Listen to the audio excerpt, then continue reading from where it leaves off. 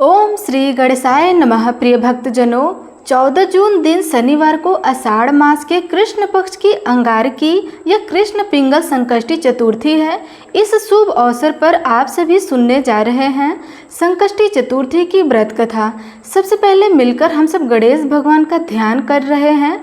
गणपति भगवान आप 64 कोटि विद्याओं के दाता तथा देवताओं के आचार्य बृहस्पति जी को भी विद्या प्रदान करने वाले हैं। कोटों को भी अभिष्ट विद्या देने वाले आप हैं। आप द्वंद्व है, कवि हैं और कवियों की बुद्धि के स्वामी हैं। मैं आपको प्रणाम करती हूँ जो अनाथों के बंधु हैं, जिनके दोनों कपोल सिंदूर से शोभायमान है, जो प्रबल विघ्नों का नाश करने वाले में समर्थ है और इंद्र आदि देव जिनकी वंदना करते हैं।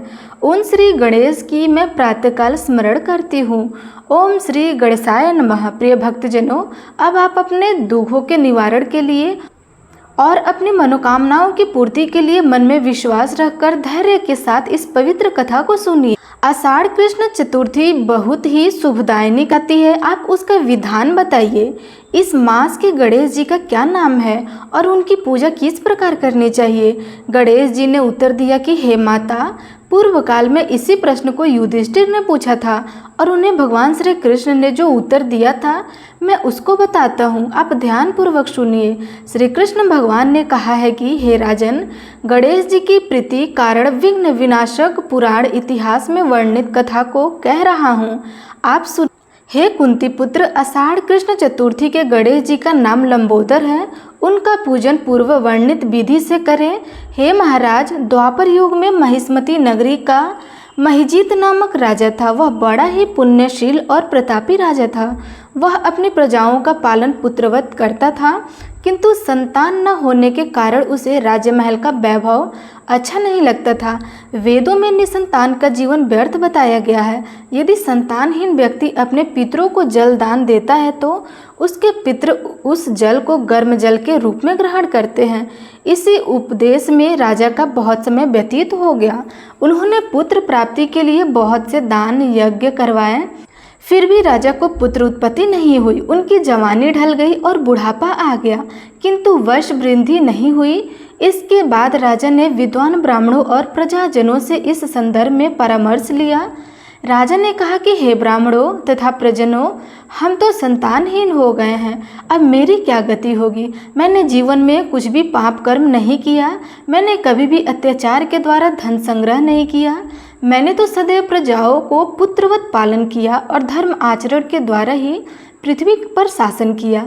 मैंने चोर डाकुओं को दंडित किया, इष्ट मित्रों के भोजन की व्यवस्था की, गौ ब्राह्मणों का हित चिंतन करते हुए शिष्ट पुरुषों का आदर सत्कार किया।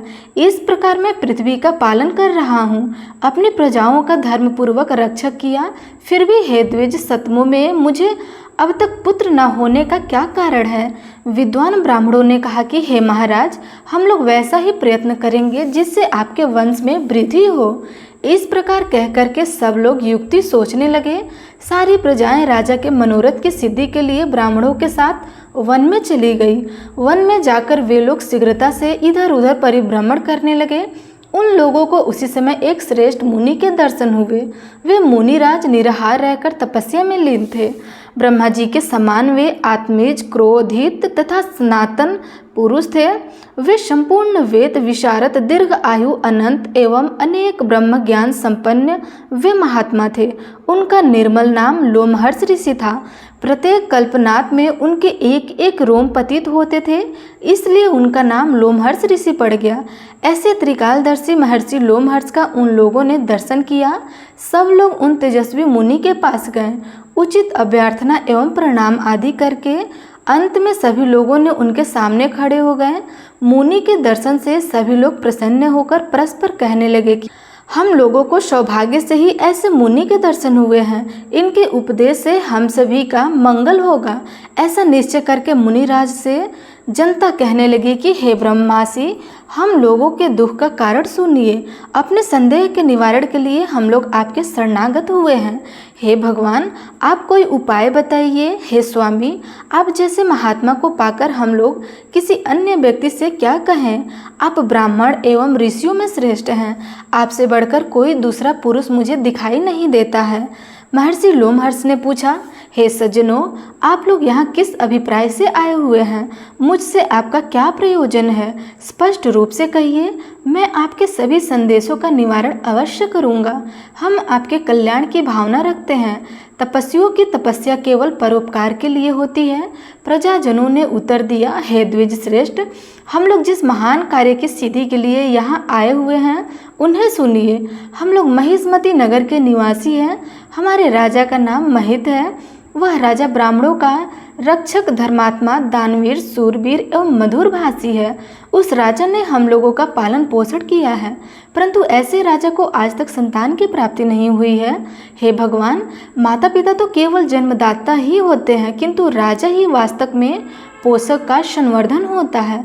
उसी राजा के निमित्त हम लोग ऐसे गहन वन में आए हुए हैं। हे महर्षि, आप कोई ऐसी युक्ति बताइए जिससे राजा को संतान की प्राप्ति हो जाए, क्योंकि ऐसे गुणवान राजा को कोई पुत्र न हो, यह बड़े दुर्भाग्य की बात है। हम लोग परस्पर विचार विमर्श करके इस वन में आए हुए हैं।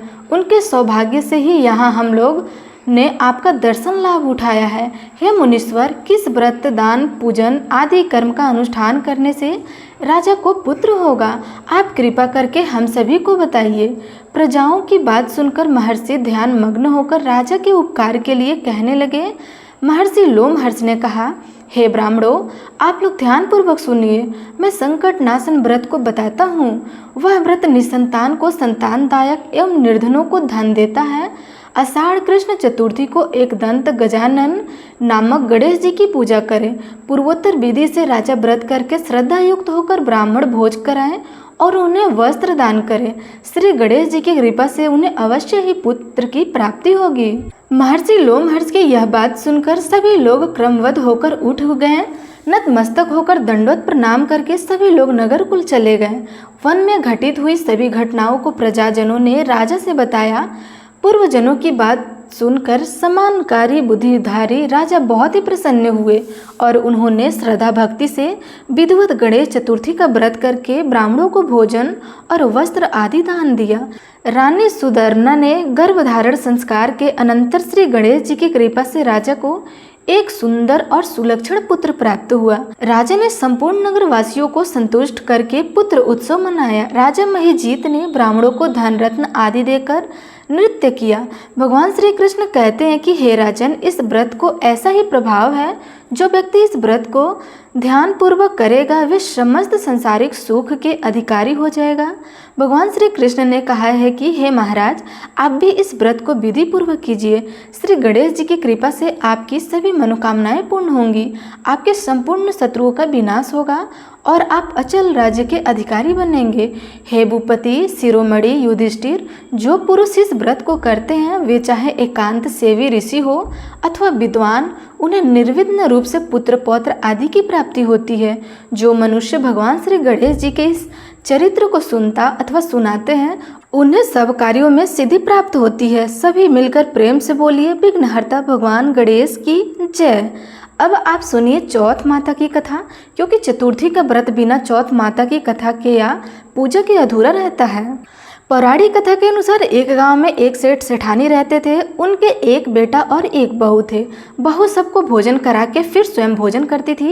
एक पड़ोसन ऐसी भी थी जो रोज पूछती थी कि बहू आज क्या बनाया है, क्या खाया है, तो बहू कहती थी ठंडो बासी। एक दिन उसके पति ने ऐसा सुनकर विचार किया कि आज तो पकवान बनाया जाए, फिर देखे कि मेरी पत्नी क्या कहती है। उसने तरह तरह के पकवान बनाए और घर के सभी लोगों ने एक साथ बैठकर भोजन किया। आज भी पड़ोसन ने पूछा तो बहू ने कहा कि ठंडो बासी। तब सेठ के लड़के ने सोचा कि हो न हो कोई बात अवश्य है जिससे कि मेरी पत्नी ऐसा कहती है। उसने पत्नी से पूछा, तुम रोज ठंडो बासी खाया ऐसा क्यों कहती हो, जबकि हम सब ने एक साथ बैठकर कई तरह के पकवान खाए हैं। उसकी पत्नी बोली, हम जो खा रहे हैं वह बाप बूढ़ों की कमाई है। जिस दिन आप कमा कर लाओगे उस दिन मैं समझूंगी कि ताज़ा भोजन कर रहे हैं। अब एक दिन लड़के ने माँ से कहा, मैं एक बड़े शहर में कमाई करने जा रहा हूँ। माँ बोली, बेटा अपने पास इतना धन है कि खाया नहीं जाता, खाने से भी खत्म नहीं होगा। माँ के मना करने पर भी बेटे ने स्वयं कमाने का दृढ़ निश्चय कर लिया और जाते समय पत्नी से कहा कि मैं जब तक कमाकर बहुत सारा धन लेकर ना आऊं, तुम चूल्हे की आग मत बुझने देना। एक दिन चूल्हे की आग बुझ गई तो वह मन ही मन घबराने लगे कि कहीं मेरे पति पर संकट तो नहीं आ पड़ा, जल्दी से पड़ोसन में से आग लाकर चूल्हे में रख दूं। ऐसा विचार करके पत्नी पड़ोसन में गई। वहां पड़ोसन चौथ माता का व्रत और पूजन कर रही थी। पड़ोसन ने कहा थोड़ी देर में आकर ले जाना। तो बहू ने पड़ोसन से पूछा, आप यह व्रत क्यों करती हैं, इससे क्या फल मिलता है? पड़ोसन ने कहा, चौथ माता के इस व्रत को करने से अन्न और लक्ष्मी मिलती है और अपनी मनोकामनाएं पूर्ण होती है। अब बहू भी चौथ माता का व्रत करने लगी। दीवार पर उन्होंने चौथ माता का चित्र बनाया। उस दिन घी और गुड़ का चूरमा बनाकर रात्रि को चंद्रमा को अर्घ्य देकर उसने भोजन किया। ऐसा करते करते बहुत दिन हो गए। चौथ माता ने उस बहू के पति को सपना दिया कि साहूकार का बेटा, तू जागो कि सोवे तेरी पत्नी तुझे बहुत याद कर रही है, घर जाकर उसकी चिंता मिटा दे। तू दुकान खोलकर ककू केसर का पगलिया बनाकर बैठ जाना, आज तेरा हिसाब किताब हो जाएगा। अब तो चौथ माता ने जैसा कहा था वैसा ही हुआ। उसने घर जाने की तैयारी की और गाड़ी भर के धन दौलत लेकर चल दिया। रास्ते में एक बड़ा सा काला नाग फन फैलाए बैठा था और कहने लगा, आज तो मैं तुझे डसूंगा, छोड़ूंगा नहीं, आज तेरी आयु पूरी हो गई है। सेठ के लड़के ने कहा, आज चौथ माता ने मुझे सपना दिया है तो मैं पत्नी से मिलकर घर जा रहा हूँ। वहाँ मेरी पत्नी बहुत चिंता कर रही है, मैं उससे मिलकर जरूर आऊँगा, तब मुझे डस लेना। नाग ने कहा, तुम स्पष्ट पूर्वक कहकर जाओ, मैं तुम्हें जाने दूंगा, परंतु लौट कर नहीं आए तो तुम्हारे घर में मैं तुम्हें डस लूँगा। इस प्रकार सांप को वचन देकर वह घर पहुँचा। वह सभी से हंसी खुशी से मिला और भोजन करके उदास होकर बैठ गया। उसकी पत्नी ने उदास होने का कारण पूछा तो पति ने काले नाग वाली बात बताते हुए कहा कि यदि मैं उसके पास नहीं जाऊंगा तो वह घर आकर ही मुझे डस लेगा। पत्नी बहुत चतुर थी। उसने कहा कि आप घबराओ नहीं, लेट जाओ, मैं एक उपाय करती हूँ। पत्नी ने कमरे की 7 पेड़ी धोई। पहली पेड़ी पर रेत, दूसरी पर इत्र, तीसरी पर गुलाल फूल, चौथी पर कंकु केसर, 5वीं पर लड्डू पेड़ा, 6ठी पर गादी गलीचा और 7वीं पेड़ी पर दूध का कटोरा भरकर रख दिया। इस प्रकार वह 7वीं पेड़ी सजाकर बैठ गई। आधी रात होते ही नाग आकर पेड़ी चढ़ने लगा।